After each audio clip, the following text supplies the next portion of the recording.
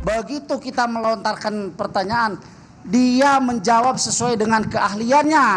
Ya. Jadi jangan menilai, mohon maaf, ini pertanyaan pra peradilan, ini pertanyaan pokok perkara. Jawab saja, ya.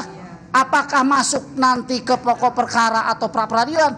Biarkan nanti majelis hakim yang menilai. Beliaulah yang memutuskan bahwa pertanyaan-pertanyaan kami masuk ke dalam pokok perkara atau pra peradilan. Jadi sungguh sangat tidak independen kalau saya bilang, karena semua bermuara kepada dua alat bukti. Ditanya ini jawabannya dua alat bukti, ditanya itu jawabannya dua alat bukti.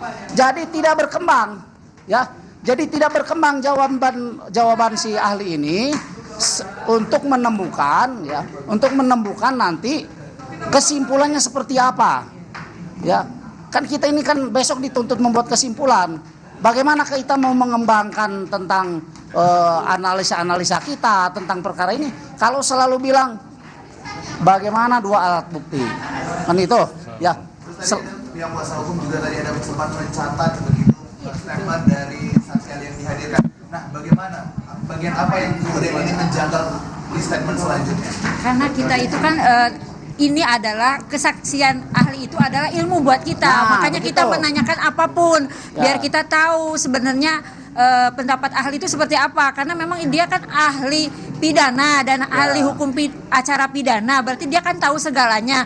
Makanya kita tanyakan apa yang berhubungan dengan KUHP dan dengan KUHAP agar kita pun mendapatkan ilmu. Makanya apapun yang dia katakan saya catat, seperti tadi dia bilang kan kalau keadaan mendesak itu atau tertangkap tangan tidak perlu ada pemanggilan terhadap si terduga atau yang akan ditetapkan sebagai tersangka. Tapi jika ada laporan itu harus dilakukan pemanggilan. Tapi dalam perkara ini itu tidak dilakukan karena kan ada laporan Rudiana, tapi tidak dilakukan pemanggilan terhadap klien saya. Makanya apakah menurut ahli itu penetapan tersangkanya sah atau tidak? Tapi ahli malah mengatakan saya tidak mengatakan itu, saya mencatatnya loh gitu.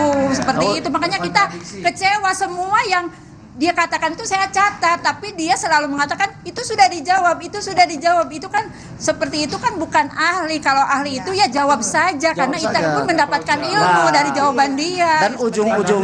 Dan ujung-ujungnya selalu menjawab tergantung kepada dua alat bukti.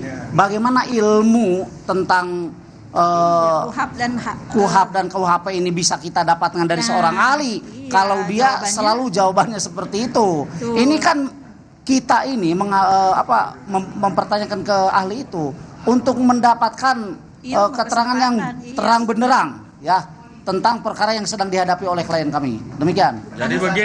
Jadi begini teman-teman, ini ahli tadi menurut kami tim penasihat hukum Peggy Setiawan, ahli ini tidak objektif di dalam menjawab pertanyaan-pertanyaan kami.